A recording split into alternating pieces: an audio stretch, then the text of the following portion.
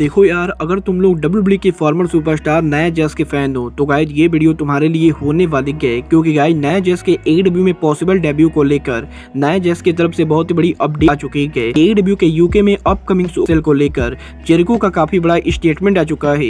Impact wrestling और NJPW के upcoming multiverse paper view के ऊपर हिरोशी तनाशी का बड़ा मैच कंफर्म हो चुका है। एमजेएफ के एडब्ल्यू को ज्वाइन करने के बाद एमजेएफ पहली बार इंडी रेसलिंग पर अपीयर होने वाले हैं। ताया वेल्किन के एडब्ल्यू को ज्वाइन करने के बाद ताया वेल्किन पॉसिबली सराय के फैक्शन को ज्वाइन करने वाले हैं। और गाइज एनजेपीडब्ल्यू के अपकमिंग वीक्स के अंदर एनजेपीडब्ल्यू में एक बहुत ही बड़ा डेब्यू होने वाला है।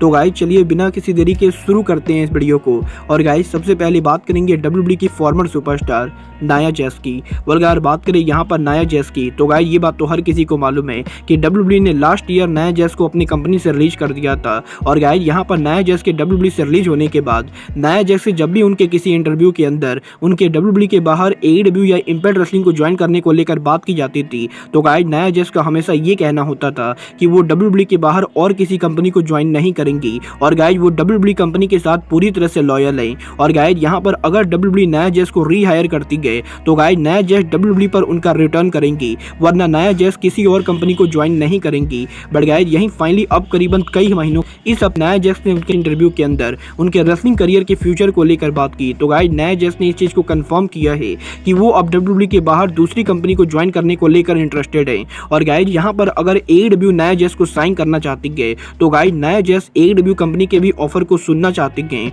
और गाइज यहाँ पर फाइनली करीबन 2 से 3 महीनों के बाद अब नाया जैस ने इस चीज को कंफर्म कर दिया है कि वो डब्ल्यूडब्ल्यूई के बाहर दूसरी कंपनी के साथ काम करने के लिए ओपन है। और गाइज यहाँ पर एडब्ल्यू वो कंपनी हो सकती है जहाँ पर नाया जैस इन फ्यूचर हमें देखने को मिलेंगी। वेल गाइज नाया जैस ने इस चीज को तो कंफर्म कर दिया है कि वो एडब्ल्यू को ज्वाइन करना चाहती हैं। बट गाइज देखना ये दिलचस्प होगा कि क्या टोनी खान नाया जैस को साइन करते हैं या नहीं।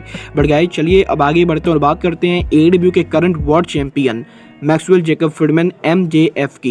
वेल गाइज अगर आप लोग एमजेएफ के एक हार्डकोर लोग को ये बात जरूर मालूम 19 में एमजेएफ के एडब्ल्यू को ज्वाइन करने के बाद एमजेएफ रेयरली एडब्ल्यू के बाहर किसी इंडी कंपनी पर अपीयर होते गए। और गाइज यहाँ पर एमजेएफ एडब्ल्यू के कुछ उन रेसलर्स में से गए जो एडब्ल्यू के बाद कंपनी को ज्वाइन करने के बाद एडब्ल्यू के बाहर दूसरी कंपनी पर काम करना पसंद नहीं करते गए। बट गाइज यही फाइनली अब करीबन 5 सालों के बाद एमजेएफ एडब्ल्यू के बाहर एक बड़ी इंडी कंपनी पर अपीयर होने वाले गए। और गाइज यहाँ पर एडब्ल्यू के करंट वर्ल्ड चैंपियन एमजेएफ अब एडब्ल्यू के बाहर क्रिएट प्रो रेसलिंग कंपनी पर अपीयर होने वाले हैं। और गाइज अगर आपको क्रिएट प्रो रेसलिंग कंपनी के बारे में नहीं मालूम है तो गाइज मैं आपको बता दूं इसी कंपनी के ऊपर एमजेएफ ने उनका रेसलिंग करियर शुरू किया था। और गाइज क्योंकि ये कंपनी एमजेएफ के करियर की पहली कंपनी थी तो गाइज इसलिए क्रिएट प्रो रेसलिंग के अपकमिंग होम कमिंग शो के ऊपर एमजेएफ क्रिएट प्रो रेसलिंग पर उनका रिटर्न करने वाले हैं। और गाइज यहाँ पर 13 मई को क्रिएट प्रो रेसलिंग के शो के ऊपर हमें एमजेएफ उनके होम प्रमोशन पर रिटर्न करते हुए दिखाई देंगे। वेल गाइस देखना बहुत ही दिलचस्प होने वाला है कि 13 मई को एमजेएफ क्रिएट प्रो रेसलिंग पर किससे लड़ते गए। बट गाइस चलिए अब आगे बढ़ते हैं और बात करते हैं एडब्ल्यू के अपकमिंग यूके शो की। वेल गाइस ये बात तो हर किसी को मालूम है कि एडब्ल्यू कंपनी बहुत जल्द इस साल उनका यूके शो करने वाली है। और गाइस यहीं अब एडब्ल्यू के यूके शो के फ्यूचर को लेकर जेरिको की तरफ से बहुत ही बड़ा बयान आ चुका है, जहां पर इस हफ्ते क्रिस जेरिको के लेटेस्ट इंटरव्यू के अंदर जेरिको ने इस चीज को कंफर्म किया है कि एडब्ल्यू कंपनी इस साल गारंटेड यूके में उनका डेब्यू करेगी। और गाइज यहां पर क्रिस जेरिको ये एक्सपेक्ट कर रहे हैं कि यूके में एडब्ल्यू का ये शो एडब्ल्यू कंपनी का अब तक का बिगेस्ट शो होने वाला है। और गाइज यहां पर जेरिको को अभी ये बात नहीं मालूम है कि टोनी खान इस शो को यूके में किस अरीना या किस स्टेडियम में करने वाले हैं। बट गाइज यहां पर क्रिस जेरिको ये एक्सपेक्ट कर रहे हैं कि एडब्ल्यू का ये शो क्राउड के मामले में एडब्ल्यू का लार्जेस्ट शो होने वाला है। और गाइज यहाँ पर जेरिको ये भी एक्सपेक्ट कर रहे हैं कि एडब्ल्यू के यूके शो के टिकट सेल मात्र 2 से 4 मिनट के अंदर सोल्ड आउट होने वाला है।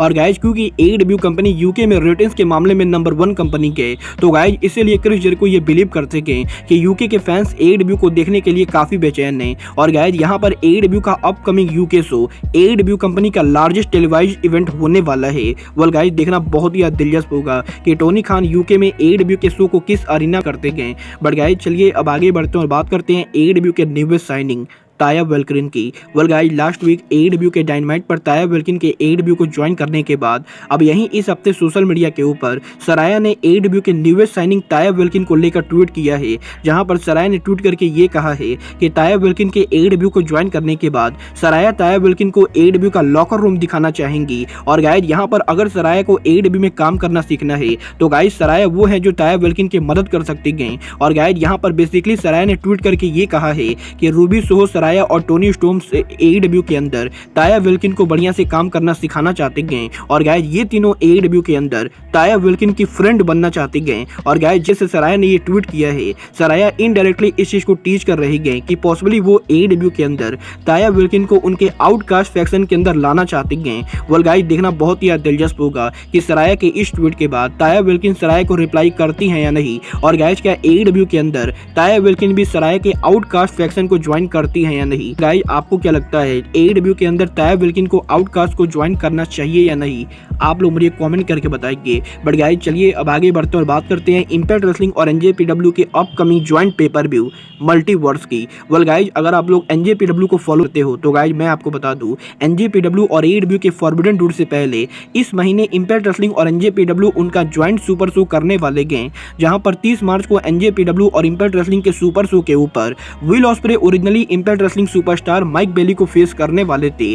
और गाइस, यहां पर इस इवेंट के ऊपर NJPW के farmer IWGP world champion will osprey appear होने वाले थे। बट गाइस, क्योंकि न्यू जापान कप फाइनल्स के पहले विल ऑस्प्रे को इंजरी हो चुकी है, तो गाइस यहां पर अब ऑस्प्रे के इंजर्ड होने की वजह से will osprey multiverse pay per view पर काम नहीं कर पाएंगे। और गाइस, यहीं विल ऑस्प्रे के इस शो पर अपीयरेंस कैंसिल होने के बाद NJPW के न्यू जापान कप फाइनल्स के इंटरव्यू के अंदर NJPW के former 8 time IWGP heavyweight champion Hiroshi Tanahashi ने इस चीज को कंफर्म किया है कि वो NJPW और इम्पैक्ट रेसलिंग के मल्टी इवर्स पर पेपर व्यू पर काम करना चाहते हैं। और गाइस, विल ऑस्प्रे की जगह वो माइक बेली को फेस करना चाहेंगे। और गाइस, यहीं तनाहाशी के इस इंटरव्यू के बाद आज सुबह NJPW ने इस चीज को ऑफिशियली अनाउंस कर दिया है कि विल ऑस्प्रे की जगह अब मल्टीवर्स पेपर व्यू के ऊपर हिरोशी तनाहाशी कंपीट करने वाले हैं। और गाइस, 30 मार्च को NJPW और इम्पैक्ट रेसलिंग के इस पेपर व्यू के ऊपर Hiroshi Tanahashi Impact Wrestling superstar Mike Bailey को फेस करेंगे।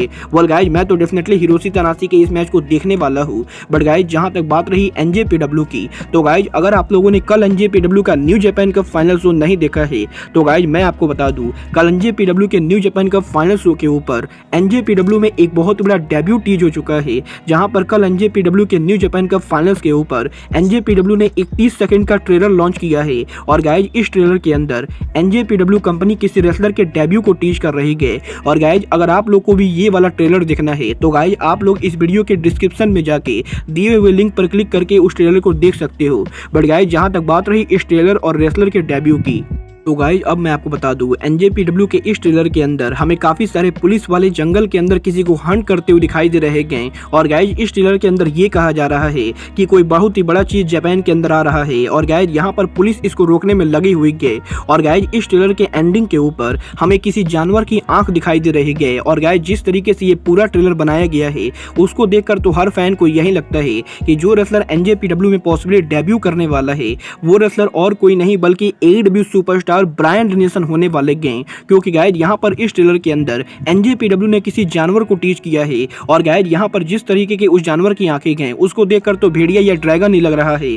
और गाइस, अगर यहाँ पर ये जानवर ड्रैगन है तो गाइस हर किसी को मालूम है कि ब्रायन डेनियल्सन को AEW के अंदर ड्रैगन कहा जाता है। और गाइस, यहाँ पर ब्रायन डेनियल्सन ने पहले भी काफी बार ये बात कही है कि ब्रायन डेनियल्सन NJPW को ज्वाइन करना चाहते हैं। और गाइस, क्योंकि इस समय AEW के स्टोरी लाइन के हिसाब से ब्रायन डेनियल्सन ने AEW कंपनी से उनका लीव भी लिया है, तो गाइस यहाँ पर ये परफेक्ट टाइम हो सकता है जब ब्रायन डेनियल्सन NJPW पर उनका डेब्यू करे। बट गाइस, यहाँ पर मुझे इसकी कमी पॉसिबिलिटी लगती है कि ये रेसलर ब्रायन डेनियल्सन होने वाला है। क्योंकि गाइस, मुझे तो यहाँ पर ये लगता है कि ये रेसलर कोई बड़ा फ्री एजेंट हो सकता है। और गाइस, पॉसिबली NJPW के साकुरा जेनेसिस पेपर व्यू के ऊपर NJPW में कोई बहुत बड़ा रेसलर डेब्यू करेगा। वेल गाइस, आपको क्या लगता है NJPW में जो रेसलर डेब्यू करने वाला है वो रेसलर ब्रायन डेनियल्सन होंगे या फिर कोई और रेसलर? आप लोग मुझे कमेंट करके बताइए। बट गाइस, अब आज के इस वीडियो में बस इतना ही। मैं मिलता हूं आपसे अपने अगले वीडियो में। बट गाइस, तब तक के लिए goodbye, good night and bang.